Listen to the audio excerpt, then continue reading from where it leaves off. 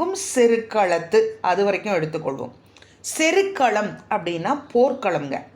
அந்த போர்க்களம் எப்படி இருக்குமாம்? தீயை உமிழும் படைகளை வீசியும் எரிந்தும் போர் செய்யக்கூடிய அப்படிப்பட்ட வெம்மையான களம்.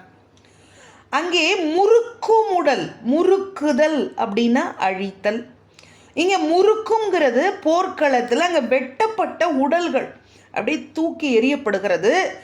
அங்கே சில பேருக்கு கை போகுது, கால் போகுது, துண்டு துண்டாக அதுலேருந்து ரத்தம் பெருக்கெடுத்து ஓடுகிறது. அந்த உடல்கள் அந்த குருதியிலே அப்படியே குளித்து கொண்டிருக்கின்றன. குருதியே ஒரு பள்ளமாக, மடுங்கிறது எதை குறிக்கிறது என்றால் பள்ளம், பள்ளம் அப்படிங்கிற பொருளை தருகிறது.